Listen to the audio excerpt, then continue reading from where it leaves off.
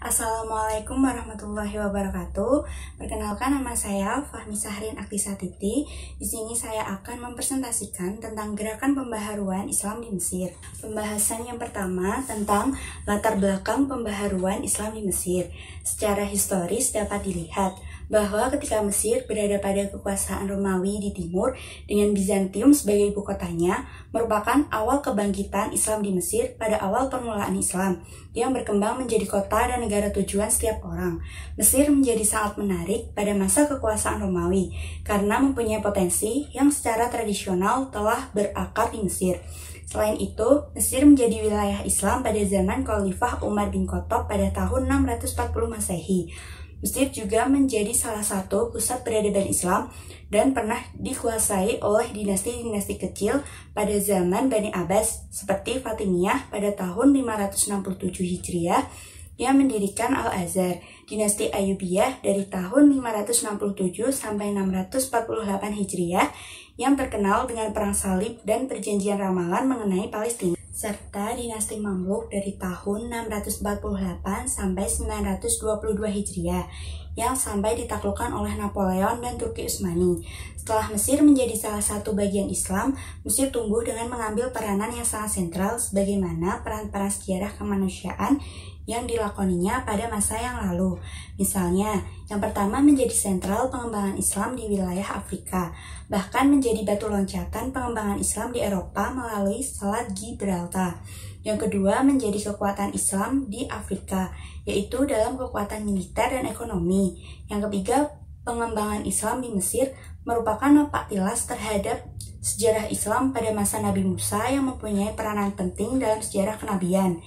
Yang keempat, menjadi wilayah penentu dalam pergulatan perpolitikan umat Islam, termasuk di dalamnya adalah peralihan kekuasaan dari Khulafaur Rasyidin kepada Daulat Bani Umayyah dengan tergerusnya Ali bin Abi Thalib dalam peristiwa Tahkim. Ketika Napoleon Bonaparte menginjakkan kakinya di Mesir pada tahun 1798, Mesir berada dalam kondisi yang sangat memprihatinkan. Secara politik, negeri ini terbelah oleh dua kekuatan yang saling menghancurkan, yakni kekuatan Mamluk yang berkuasa secara turun-temurun sejak abad ke-13, dan kekuatan yang didukung oleh pemerintah Utsmani di Istanbul. Situasi kekuasaan dan pemerintahan di Mesir pada waktu itu sudah tidak dapat dikatakan lagi stabil. Perhatian untuk pembangunan pun sangat lemah, sebab setiap saat selalu dihantui oleh perang. Dengan keadaan yang sedemikian lemah, datanglah tentara Napoleon yang melebarkan sayap imperialnya ke wilayah-wilayah lain yang mempunyai potensi kekayaan alam, peradaban, dan warisan-warisan historis yang memungkinkan untuk dijadikan batu pijakan bagi kejayaan mereka dalam membangun impian menguasai dunia. Pada tanggal 2 Juni 1798 Masehi, ekspedisi Napoleon mendarat di Alexandria dan berhasil mengalahkan Mamluk serta menguasai Kairo. Walaupun Napoleon menguasai Mesir hanya dalam kurun waktu 3 tahun, namun hal ini merupakan momentum baru bagi sejarah umat Islam, khususnya di Mesir, yang menyebabkan bangkitnya kesadaran akan kelemahan dan keterbelakangan mereka.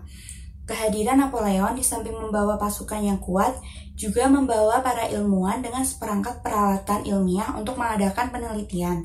Ekspedisi Napoleon ke Mesir setidaknya menghasilkan 3 ide-ide baru, yaitu yang pertama, sistem pemerintah republik yang di dalamnya kepala negara dipilih untuk waktu tertentu, tunduk kepada undang-undang dasar dan dijatuhkan oleh parlemen. Pada awal abad ke-20, istilah republik muncul terjemahannya, yaitu Jumhuriyah yang artinya orang banyak. Yang kedua, ide persamaan atau egalit, artinya persamaan kedudukan dan turut sertanya rakyat dalam pemerintahan. Napoleon mendirikan suatu badan yang terdiri dari ulama-ulama Al-Azhar dan pemuka-pemuka dunia dagang dari Kairo serta daerah-daerah di sekitarnya. Tugas badan ini adalah membuat undang-undang, memelihara ketertiban umum, dan menjadi perantara antara penguasa Prancis dan rakyat Mesir. Yang ketiga, ide kebangsaan. Dalam maklumat Napoleon dinyatakan bahwa orang Prancis merupakan suatu bangsa atau nation, dan kaum Mamluk adalah orang asing yang datang ke Mesir walaupun beragama Islam. Pada saat itu yang ada hanya umat Islam dan tidak sadar akan perbedaan bangsa dan suku bangsa. Kehadiran Napoleon sangat berarti bagi umat Islam di Mesir, terutama dalam timbulnya pola pendidikan dan pengajaran Barat yang sedikit demi sedikit akan mengubah persepsi dan pola pemikiran umat Islam. Dan hal ini sudah pasti akan melahirkan semangat pengkajian dan pembaharuan dalam Islam. Oleh karena itu, tahap perkembangan pola pembaharuan Islam di Mesir lebih mengarah kepada hal-hal sebagai berikut. Yang pertama, pembaharuan sistem berpikir, artinya tata cara berpikir umat Islam yang harus meninggalkan pola pikir tradisional yang dogmatik. Yang kedua, upaya membangun semangat kolegial umat agar memperoleh kesempatan melakukan aktualisasi ajaran, terutama partisipasi aktif dalam percaturan politik, ekonomi, dan hukum di dunia. Sebab selama ini umat Islam secara aktif tidak mampu memberikan partisipasinya dalam percaturan dunia. Oke, next pembahasan yang kedua, ada tokoh-tokoh pembaharuan Islam di Mesir dan pemikirannya. Yang pertama, Muhammad Ali Pasha adalah seorang keturunan Turki yang lahir di Kavala, Yunani pada tahun 1765 dan meninggal di Mesir pada tahun 1849. Dari kecil, Muhammad Ali sudah harus bekerja. Ia tidak memperoleh kesempatan untuk masuk sekolah karena ia tidak pandai membaca maupun menulis. Meskipun ia tidak pandai membaca atau menulis, Muhammad Ali adalah seorang yang cerdas dan pemberani. Hal itu terlihat dalam karirnya, baik dalam bidang militer ataupun sipil yang sukses. Setelah dewasa, Muhammad Ali bekerja sebagai pemungut pajak, dan karena kerajinannya, jadilah ia disenangi oleh gubernur dan akhirnya menjadi menantu gubernur. Setelah Muhammad Ali Pasha menikah, ia diterima menjadi anggota militer. Karena keberanian dan kecakapan dalam menjalankan tugas, ia diangkat menjadi perwira. Pada waktu penyerangan Napoleon ke Mesir, Sultan Turki mengirimkan bantuan tentara ke Mesir untuk melawan Napoleon, termasuk Muhammad Ali Pasha. Rakyat Mesir yang melihat kesuksesan Muhammad Ali dalam pembebasan Mesir dari tentara Napoleon, maka rakyat Turki mengangkat Muhammad Ali sebagai wali Mesir dan mengharapkan Sultan di Turki merestuinya. Pengakuan Sultan Turki atas usul rakyatnya tersebut baru mendapat persetujuan 2 tahun kemudian, setelah Turki dapat mematahkan intervensi Inggris di Mesir. Salah satu bidang yang menjadi sentral pembaharuan Muhammad Ali adalah bidang militer dan pendidikan. Kemajuan di bidang ini tidak mungkin dicapai tanpa dukungan ilmu pengetahuan modern. Atas dasar inilah, perhatian di bidang pendidikan mendapat prioritas utama, terbukti dengan dibentuknya Kementerian Pendidikan untuk pertama kalinya di Mesir, yaitu dibukanya sekolah militer pada tahun 1815, sekolah teknik tahun 1816, sekolah ketabiban tahun 1836, dan sekolah penerjemahan tahun 1836. Selain mendirikan sekolah, Muhammad Ali Pasha juga mengirimkan pelajar-pelajar ke Eropa, terutama Prancis kurang lebih 300 orang. Subjek yang mereka pelajari antara lain militer dan angkatan laut, teknik mesin, kedokteran, farmasi, kesenian, dan kerajinan serta bahasa Prancis yang mempunyai kedudukan khusus dalam kurikulum di Mesir.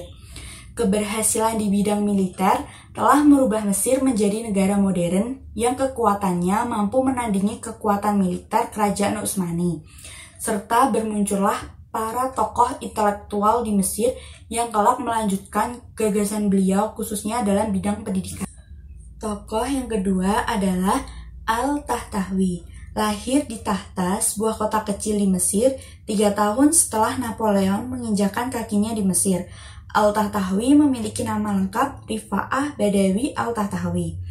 Ketika berumur 16 tahun, ia pergi ke Kairo untuk belajar di Al-Azhar. Setelah 5 tahun menuntut ilmu, ia selesai dari studinya di Al-Azhar pada tahun 1822. Ia adalah murid kesayangan Syekh Hasan Al-Attar yang banyak mempunyai hubungan dengan ahli-ahli ilmu pengetahuan Prancis yang datang dengan Napoleon ke Mesir. Al-Tahtawi adalah seorang pembawa pemikiran pembaharuan yang besar pengaruhnya di pertengahan pertama abad ke-19 di Mesir. Pada tahun 1826, ia ditunjuk menjadi imam mahasiswa-mahasiswa yang dikirim Muhammad Ali ke Prancis. Di samping tugasnya sebagai imam, ia turut pula belajar berbahasa Prancis. Berkat kepandaian dalam berbahasa Prancis inilah, Kemudian Al-Tatahwi ditunjuk sebagai pimpinan dalam penerjemahan buku-buku teknik dan kemiliteran. Pokok pemikiran Al-Tatahwi dalam mengadakan pembaharuan yaitu: yang pertama, para pemimpin harus bermusyawarah dengan para ulama, kaum terpelajar, dokter, dan ekonom. Yang kedua, syariah harus disesuaikan dengan perkembangan modern. Yang ketiga, para ulama harus belajar falsafat dan ilmu pengetahuan modern agar sesuai dengan syariat dan kebutuhan zaman modern. Yang keempat, pendidikan harus bersifat universal untuk semua golongan. Yang ketiga, ada Jamaluddin Al-Afghani.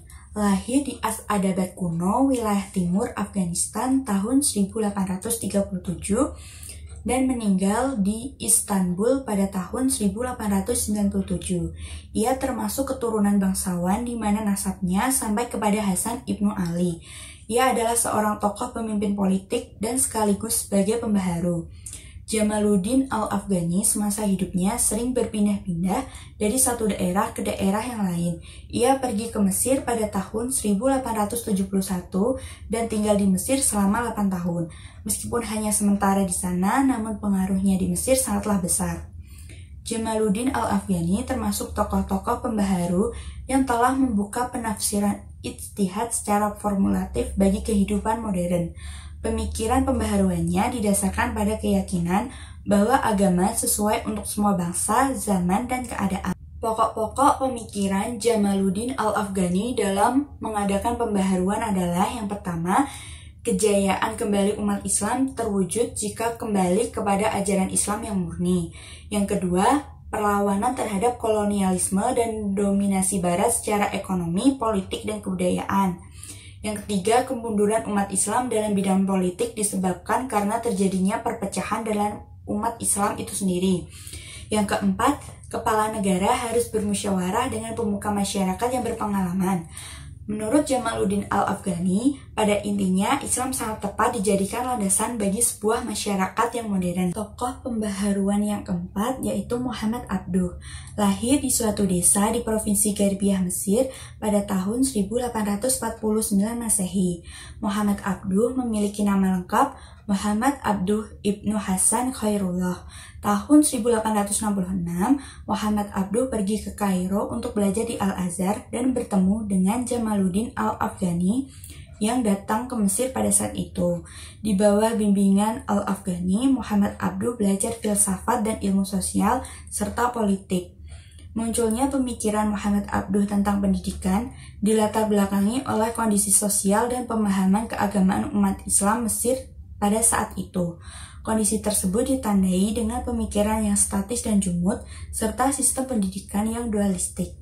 Hal-hal yang dilakukan oleh Muhammad Abduh dalam mengadakan pemikiran pembaharuan adalah: yang pertama, mendirikan majalah Ar-Ulwatul Wusqa bersama Jamaluddin Al-Afghani. Yang kedua, mengajak umat kembali kepada ajaran Islam yang sejati. Ketiga, ajaran kemasyarakatan dalam Islam dapat disesuaikan dengan zaman. Keempat, taklid dihapuskan dan ijtihad dihidupkan. Kelima, Islam tidak bertentangan dengan ilmu, sebab Islam maju karena ilmu. Menurut Muhammad Abduh, pendidikan merupakan lembaga yang paling strategis untuk mengadakan pembaharuan sosial secara sistematis. Tokoh pembaharuan yang kelima yaitu Rashid Ridha. Syekh Rashid Ridha adalah seorang ulama mujahid yang membawa bendera Islam dalam kancah perjuangan. Ia lahir di Kolmaun, salah satu kota di Tarabisyan pada tahun 1865. Rashid Ridha termasuk keturunan Sayyidina Husain bin Ali bin Abi Thalib. Kemampuannya dalam memahami segala pandangannya yang menonjol inilah kemudian membawanya pada pemikiran-pemikiran Islam cemerlang di majalah terbitan Al-Manar. Rashid Ridha melanjutkan studinya hingga memperoleh ijazah alamiah. Ia mulai menjalankan ide-ide pembaharuan ketika masih berada di Suriah, tetapi usahanya mendapat tantangan dari pihak kerajaan Utsmani. Oleh karena itu, Rashid Ridha memutuskan untuk pindah ke Mesir dan bertemu dengan Muhammad Abduh. Corak-corak pembaharuan yang dibawa oleh Rashid Ridha merupakan gerakan pembaharuan yang sama sebagaimana yang dilakukan oleh Muhammad Abduh. Hal-hal yang dilakukan oleh Rashid Ridha dalam mengadakan pembaharuan adalah yang pertama, untuk mengetahui Islam yang murni harus kembali kepada Al-Quran dan As-Sunnah. Kedua, ajaran Islam katanya tidak membawa kepada statis tetapi dinamis. Ketiga, peradaban Barat tidak bertentangan dengan Islam. Peradaban Barat sekarang berasal dari peradaban zaman Islam klasik. Keempat, pembaharuan juga memasuki fikih. Itu tadi presentasi dari saya tentang gerakan pembaharuan Islam di Mesir. Sekian, terima kasih. Wassalamualaikum warahmatullahi wabarakatuh.